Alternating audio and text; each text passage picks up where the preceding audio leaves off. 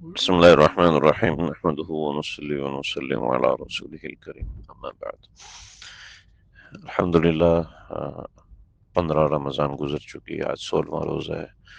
بعض ملکوں میں 17واں روزہ ہے آج۔ ہم دیکھیں کہ نصف رمضان ہمارا گزر چکا، اور یہ رمضان ہمارا کیسے گزرا ہے۔ نبی علیہ السلام نے فرمایا من صام رمضان و ایمان و احتسابا، من صام رمضان ایمان و احتسابا غفر له ما تقدم من ذنبه۔ ایمان کے ساتھ اور احتساب کے ساتھ۔ ایمان کا معنی ہے کہ انسان استقامت کے ساتھ عمل کرے، ان کے فضائل کو سمجھے، اس کے مسائل کو سمجھے، اور احتساب کا معنی ہے کہ انسان اپنے اعمال کو جانچتا رہے، پرکھتا رہے۔ پہلے بھی ذکر کر چکا ہوں، آج ایک یاد دہانی کرا رہا ہوں، خود کو بھی، آپ کو بھی۔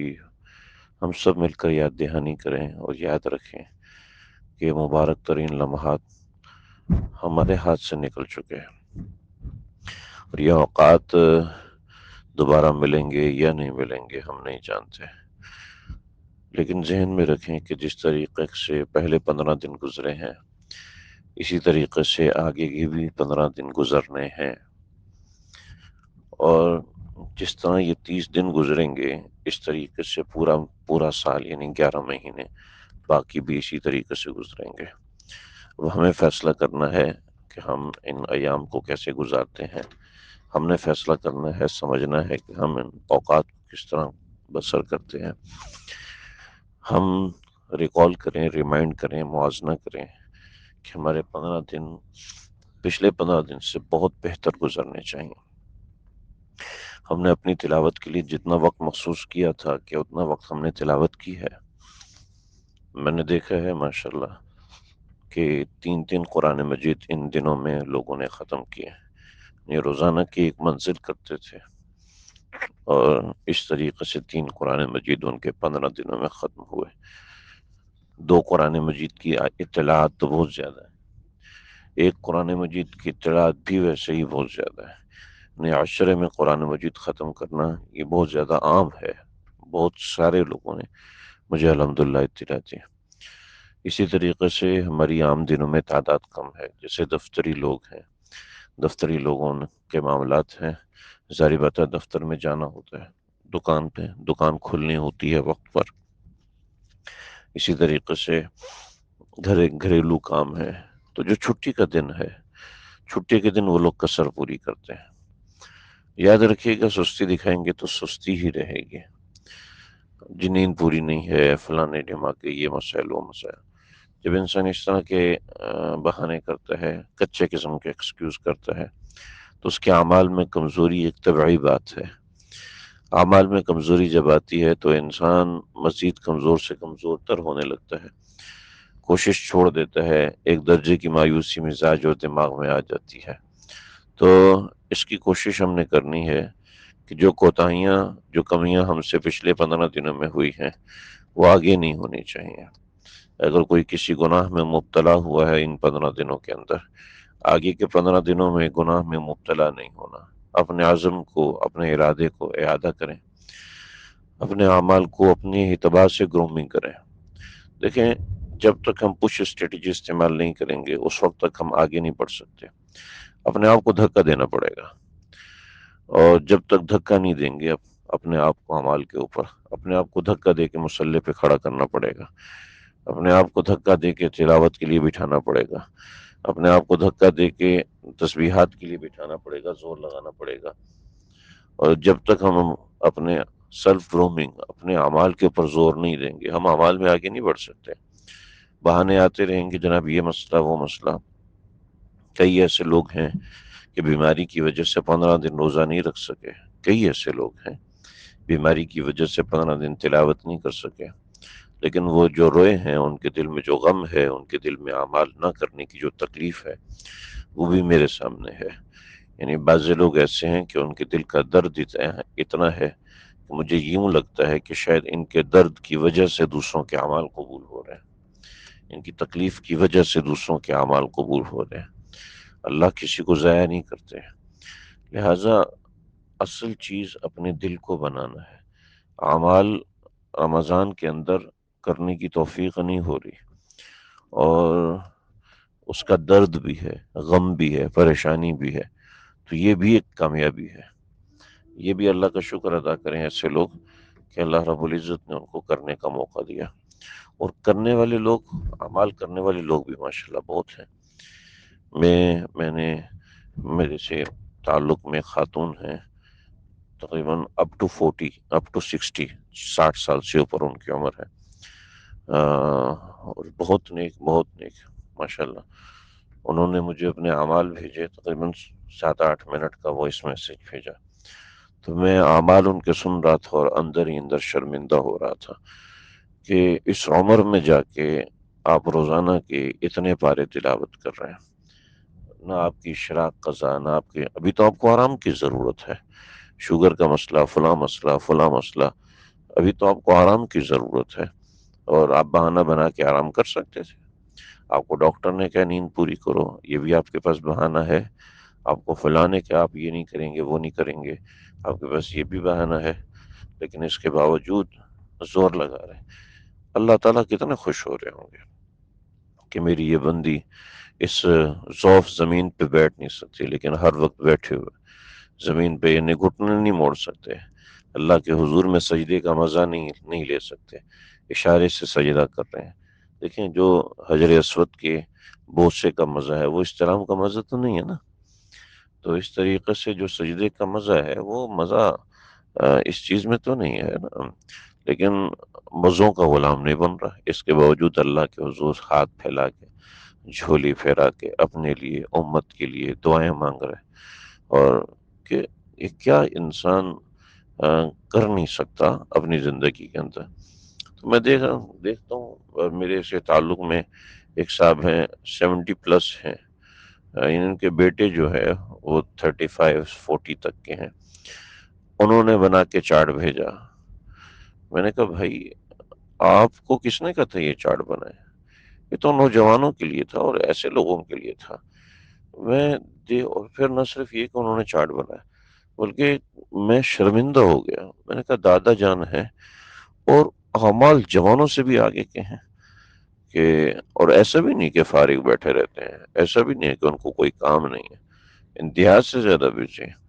لیکن کیا ہے، جب آپ نے ارادہ کر لیا، جب آپ نے سوچ لیا کہ مجھے یہ کرنا ہے، پھر آپ کو کوئی روک نہیں سکتا۔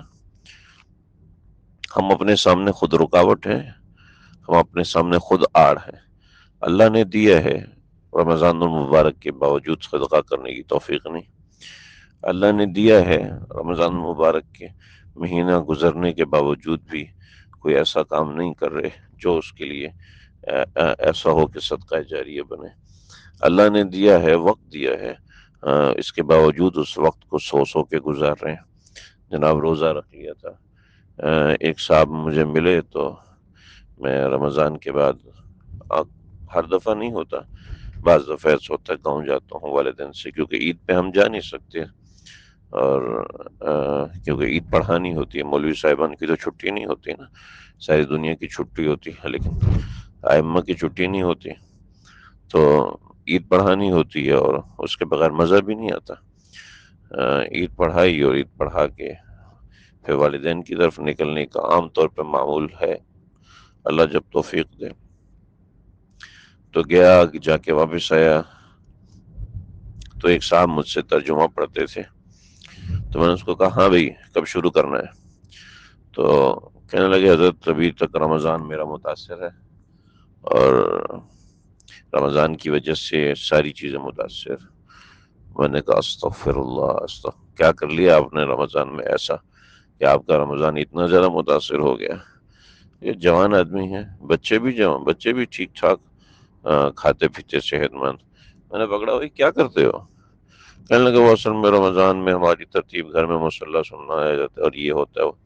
میں نے کہا عبادت کے لیے کتنا وقت بڑھ جاتا ہے؟ تو آئیں بائیں شائیں کچھ بھی نہیں۔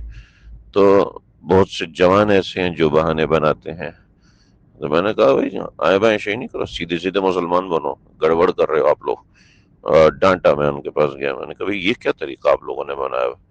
دو چار روزے کیا رکھ لی، آپ لوگوں کا معدہ ہی ڈسٹرب ہو گیا. کیا کرتے ہیں آپ لوگ؟ نہ آپ لوگ اتنے موٹے تازے ہیں، نہ آپ لوگ اتنے دبلے پتلے ہیں. اللہ نے صحت دی ہے، سمجھ دی ہے. یہ دیکھو یہ ایک بوڑھے کا چارٹ ہے، یہ دیکھو ایک فلاں کا چارٹ ہے، کیونکہ چارٹس میرے پاس آتے رہتے ہیں. اور اتنے دن ہو گئے ابھی تک آپ کے پاس رمضان کا خمار نہیں اترا. رمضان کی وجہ سے متاثر ہو گیا. استغفر اللہ استغفر اللہ. توبہ کرنی چاہیے، اللہ سے معافی مانگنی چاہیے. اللہ تعالیٰ توفیق ہی نصیب کرتے ہیں. اس رمضان میں بھی آپ ماشاءاللہ 2-3 نمازوں میں ہی آئے ہیں، اس کے علاوہ آپ آئے نہیں ہیں. باقی آپ نے گھر میں مصلی بچھا لیا، حالانکہ گلی میں مسجد ہے، مصلی بچھانا تو جائز ہی نہیں گھر کے اندر اس طریقے سے جو آپ لوگوں نے کیا ہوا ہے کہ جناب فجر بھی گھر میں، مغرب بھی گھر میں، اور جس نے داڑھی رکھ لی وہ مولوی بن جاتا ہے، فتوے دینا شروع کر دیتا ہے. تو سمجھ میں آنا شروع ہو گیا. تو تھوڑے سے کان وان کھینچے تو لائن پہ آ گئے. مسئلہ یہ ہے کہ بعض دفعہ انسان اپنے آپ کو خود بخود ڈی موٹیویٹ کر دیتا ہے، اور سب کچھ ہونے کے باوجود گڑبڑیں کرتا ہے اور اپنے آپ کو معذور سمجھتا ہے. وجہ اس کی ہے کہ سیلف گرومنگ نہیں ہوتی، اپنے آپ کو پش نہیں کیا جاتا، محنت نہیں کی جاتی، یا پھر کسی گناہ میں ابتلا ہوتا ہے جس کی وجہ سے انسان سے نیکیوں کی توفیق چھین لی جاتی ہے. اللہ نیکی کی توفیق چھین لیتے ہیں. تو جی اس کا دھیان رکھیے، اپنے آپ کو تازہ دم رکھیے. دوبارہ نیت کریں کہ اللہ اچھا رمضان گزاروں گا، اللہ پہلے سے بہتر اعمال کروں گا. پہلے 15 دن جیسے بھی گزرے، گندے سندے جس طرح بھی گزر گئے ہیں، آگے کا رمضان میرا اچھا گزرے گا. یہ میرا آپ سے وعدہ ہے، میری آپ سے دعا ہے کہ آپ رمضان کے گزارنے میں میری مدد فرمائیں. اور جن کا رمضان پچھلے رمضان سے اچھا گزر رہا ہے وہ اس کے اوپر اللہ کا شکر ادا کریں، اور آگے کے لیے اپنے جذبے کو کم نہ ہونے دیں، اپنی کوشش کو کم نہ ہونے دیں، اپنے اعمال کو کم نہ ہونے دیں. بلکہ کامیابی یہ ہے کہ آپ کے اعمال میں کچھ اضافہ ہو رہا ہو. اگر آپ کے اعمال اسی جگہ پر سٹل ہیں تو یہ کوئی کامیابی نہیں ہے. آخری 10 دن اعتکاف کے دن ہوتے ہیں. ان دنوں میں اللہ رب العزت خاص فضل سے متوجہ ہوتے ہیں، خاص کرم سے متوجہ ہوتے ہیں. جو کرم اللہ کی طرف سے مل سکتا ہے اس کو چھوڑنا کس طریقے سے ممکن ہے؟ اس کے اوپر اپنا دھیان لگائیں، اس کے اوپر اپنی کوشش کریں، اللہ سے مانگیں، اللہ سے کرم مانگیں، فضل مانگیں، دعائیں بڑھائیں. جب انسان دعائیں بڑھاتا ہے تو اللہ کا تعلق ایک آٹومیٹکلی وے پہ بڑھنا شروع ہو جاتا ہے. تو اپنے آپ کو کمزور نہیں ہونے دینا، اپنے آپ کو مضبوط رکھنا ہے، اپنے اعمال میں گرومنگ لانی ہے، اور اپنے اعمال کے اندر بہتری لانے کی کوشش کرنی ہے. ایک عمل آخری اور بڑا اہم کہ اپنا تعلق علماء سے جوڑیں. جتنی زندگیاں بدلی ہیں اور جتنی زندگیاں تباہ ہوئی ہیں اس کے پیچھے یہ تھا، علماء سے تعلق بنا زندگی بنی، علماء سے تعلق خراب ہوا زندگی خراب ہوئی. کسی اللہ والے، کسی شیخ سے اپنا رجوع بنائیں، اس سے اپنا دھیان بنائیں، دھیان جوڑیں کہ کسی طریقے سے میرا ان سے تعلق واسطہ بنے، اور اپنے اعمال بتائیں، اپنی زندگی کے احوال بتائیں، اپنی زندگی کے معاملات ڈسکس کریں، وقت ضائع نہ کریں. البتہ یہ ہے آج بھی ایک نوجوان بیٹھے اپنی زندگی کے معاملات ڈسکس کر رہے تھے، تو میں نے ان کو بتایا کہ یہ کہنے لگے او اچھا یہ معاملہ تھا. تو میں نے کہا بھیا دیکھو 8 سال سے ہم جانتے ہیں ایک دوسرے کو، آپ نے کبھی یہ چیزیں نہیں بتائیں تو مجھے خواب تو نہیں آئے گا نا کہ آپ کو یہ چیزیں پتہ ہے. تو کہنے لگے وہ رمضان کی برکت ہے ورنہ شیطان بیٹھنے نہیں دیتا. میں نے کہا پھر الزام شیطان کے اوپر. بیچارے شیطان نے آپ کا کیا بگاڑا یار، آپ خود اپنا بگاڑ رہے ہو سب کچھ. وہ تو ایک وسوسہ فوسوسہ لہم الشیطان، شیطان وسوسہ ڈالتا ہے، اس کے علاوہ آپ اپنی کوشش کریں. آپ تو اپنے آپ کو علماء سے جوڑیں، اللہ والوں سے جوڑیں، ہر ایک سے نہیں، جہاں آپ کی مناسبت جمتی ہے. جب ایک دفعہ مناسبت جم گئی تو اپنے آپ کو مستقل جوڑیں. اب مناسبت تو جم گئی فلاں سے، بیانات کسی اور کے سن رہے ہیں، پوچھ کسی اور سے رہے ہیں، چیزیں کسی اور کی چل رہی ہیں آپ کے دماغ میں، تو کسی ایک سے تعلق بنائیں. اس کو کہتے ہیں اصلاحی تعلق.